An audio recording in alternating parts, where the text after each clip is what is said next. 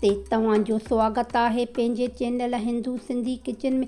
सर्दियुनि में मूरिया पराठा मिली वञनि खस्ता और गरम गरम, उन जी ॻाल्हि ई ॿी आहे।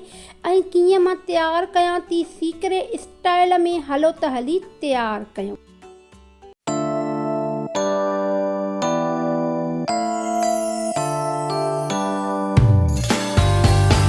ये मूरी असांखे फ्रेश हुजणु घुरिजे। जेतिरी फ्रेश हूंदी त असांजी सुठा असांजा पराठा तयारु थींदा। ॾिसो असांजी केॾी फ्रेश आहे। हिनखे असां कद्दूकश कंदासीं, घणी सन्ही हिन सां न कंदासीं। ॾिसो मां कीअं कद्दूकश कयां थी, तमामु घणा सुठा असांजा पराठा तयारु थींदा। हिन में असां हाणे चमिचो लूण जो विझी छॾींदासीं। कद्दूकश असां करे छॾीसीं। असां मूरी हिन में असां लूणु विझी करे असां हिनखे तक़रीबन 10 मिंट रखी छॾींदासीं। तयारु करण जे लाइ असां अटो ॻोहे छॾींदासीं। इन में असां 1 चमिचो लूण जो विझंदासीं। तव्हां जेको आहे हिनखे सॉफ्ट अटो असां इहो ॻोहींदासीं, जीअं असांजा पराठा सुठा तयारु थियनि ऐं असांजो पराठो फटी न वञे। ॾिसो असां कीअं असां अटो ॻोहियूं था। ॾिसो असां सॉफ्ट अटो ॻोथो आहे, न ई असांजो घणो नरम आहे ऐं न ई असांजो सख़्तु आहे। सॉफ्ट सुठो असां अटो ॻोहे करे रखी छॾियासीं रेस्ट करण जे लाइ। हाणे असां हिन में लूणु हिन में मूरीअ में विझी छॾियो हुयोसीं। ॾिसो असां केतिरो पाणी कढियो आहे। हेठां छाणी ऐं मलमल जो कपिड़ो हुजे, कोई बि तव्हांखे कपिड़ो हुजे, उन में असां पाणी हिनजो असां हिनजो मूरीअ जो कढी छॾींदासीं। ॾिसो असां केतिरो पाणी कढूं था, कीअं केतिरो असांजो मूरीअ मां निकिरे। असां 1 पराठो तव्हांखे तयारु करे ॾेखारींदासीं। हिनखे ज़ोर ॾेई करे असां हिन मां पाणी कढियोसीं। ॾिसो असां केतिरो ख़ुश्क थी वई आहे असांजी मूरी। इन में असां हाणे मसाला विझा। ॾिसो पाणी निकितो आहे असांजो मूरीअ मां।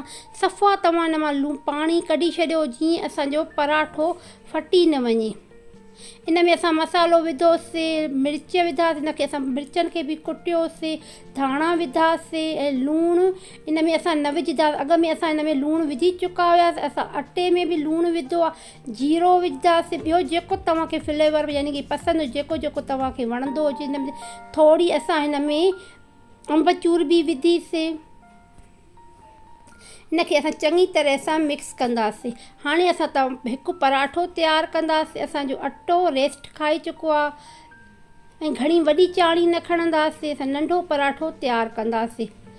ॾिसो असांजो कीअं अटो सॉफ्ट आहे, रेस्ट खाई चुको आहे। गोल गोल असां इन जो असां हिकु क़िस्म जी कटोरी तयारु कंदासीं। इन में असां विझंदासीं जेको असां मसालो असां तयारु कयो आहे मूरीअ जो। इन में असां फिलिंग कंदासीं, बंदि कंदासीं। चङी तरह सां इनखे असां बंदि कंदासीं। ॾिसो कीअं इनखे असां बंदि कयूं था। जेको एक्स्ट्रा असांजो अटो असां हिनखे कढी छॾियोसीं। गोल गोल असां हिनखे आटण में हिन में विझंदासीं। चङी तरह सां हिन में फिल कंदासीं ऐं असां चकरे ते बि विझा हल्के हथ सां हिनखे असां वेलींदासीं। ॾिसो कीअं वेलियूं था। ॾिसो असांजो कीअं असांजो मूरीअ जो पराठो असां वेलियो आहे। इन में असांजो ॾिसो कीअं किथां बि असांजो न फटिजो आहे। असांखे इहा रिक्वेस्ट आई हुई, तव्हां असांखे मूरीअ पराठो असांखे तव्हां तयारु करे ॾेखारियो। जीअं असांखे चई हुई, मां उन जो नालो नथी ॿुधायां तव्हांखे।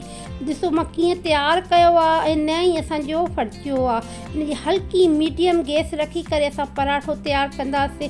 हिनखे 2 परसा असां पलटे करे पोइ असां हिनखे घी हणंदासीं। ॾिसो केॾो क्रिस्पी ऐं सुठो कलर असांजे पराठे जो तयारु थियो आहे। तव्हां बि ॿुधायो तव्हां कीअं पराठा तयारु कंदा आहियो, तव्हांजी कीअं रेसिपी आहे। मुंहिंजे चैनल खे लाइक शेयर कमेंट कजो, सब्सक्राइब कजो।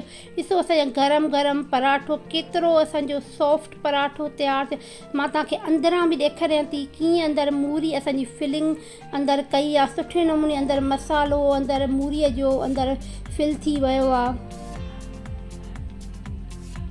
तव्हांखे ज़रूरु पसंदि ईंदो।